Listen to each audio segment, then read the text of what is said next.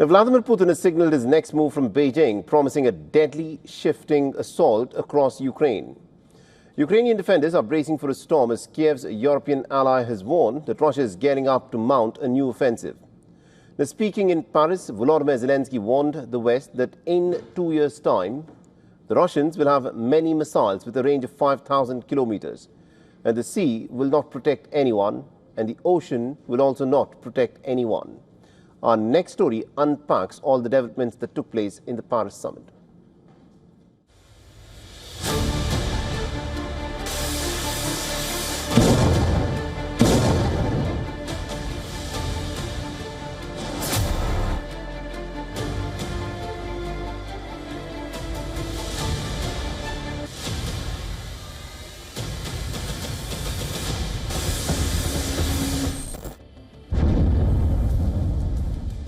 Across Ukraine's battered front lines, there's terror in the trenches and a growing sense of dread in war rooms from Warsaw to Kyiv. Ukraine's ranks are dangerously thin. Infantry brigades tell of entire platoons missing. The weapon stock is also running dry, while Russian attacks darken the skies overhead.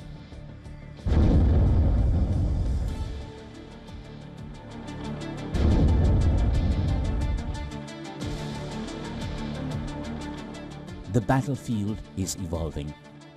Conditions worsen month by month. The front remains static in places, but Russian missiles and unmanned aircraft now strike with punishing density, hitting railways, blacking out cities, and paralyzing vital supply lines. The Ukrainian port city of Odessa is the latest to bear the brunt of Russian assault. Intelligence agencies across the West are watching with growing fear as Vladimir Putin masses his forces, readying a new brutal offensive. Speaking from Beijing, Putin projected an aura of absolute confidence, boasting that his army is advancing at will as Ukrainian ranks are empty.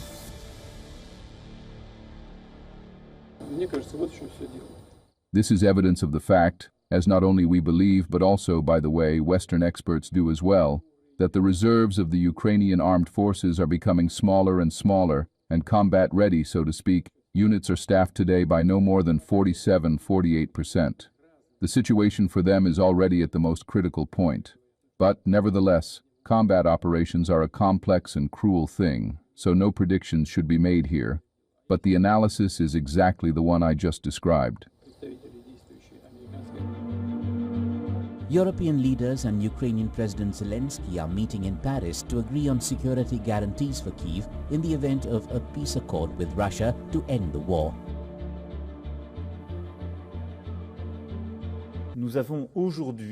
Today we have 26 countries that have formally committed themselves. Several others still have to clarify their position, but 26 countries have committed themselves to deploying troops in Ukraine as a reassurance force, or to being present on the ground, at sea, or in the air to provide this reassurance to Ukrainian territory and to Ukraine the day after the ceasefire or peace. The guarantees by the so-called Coalition of the Willing, which remain under wraps but are expected to include ramped-up training for the Ukrainian army and deployment of troops by some European states, have angered Russia.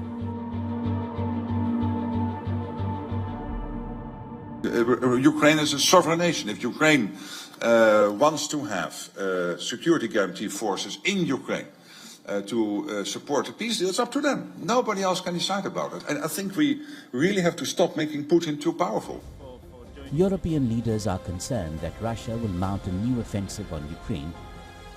Zelensky says that Russia had relocated 100,000 soldiers to the front line outside the city of Pokrovsk, a Ukrainian-held stronghold in the eastern Donetsk region, which Russia has been trying to capture for months. Zelensky told his European counterparts that the threat for Moscow isn't to Kyiv alone, and European nations could be Putin's next targets. The next few days are important, as Russia is sharpening the attack while the West is trying to formulate a clear strategy to stop the Russian forces. Bureau Report, WION The World.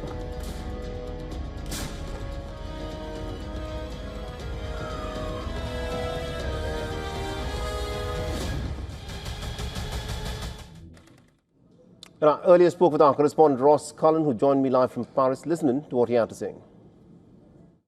Well, they've announced that 26 nations will be ready to take part in deploying troops inside Ukraine the day after any peace agreement is signed. It's also about, for example, seeing if there are any navies, the French Navy, the British Royal Navy, who will be able to deploy warships off the Ukrainian ports, for example, Odessa, to protect the sea lanes, and to discuss with the Americans and the US Special Envoy Steve Witkoff, present here at the Elysee Palace, also to discuss with the Americans how their security guarantees for Ukraine might look, because it's crucial, the Europeans say, that there is a backstop provided by the US, that there is participation by the Trump administration in providing future guarantees to Ukraine to ensure that there is no further Russian incursion inside Ukrainian territory.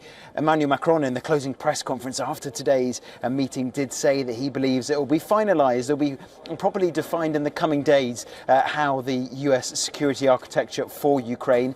For all the latest news, download the WION app and subscribe to our YouTube channel.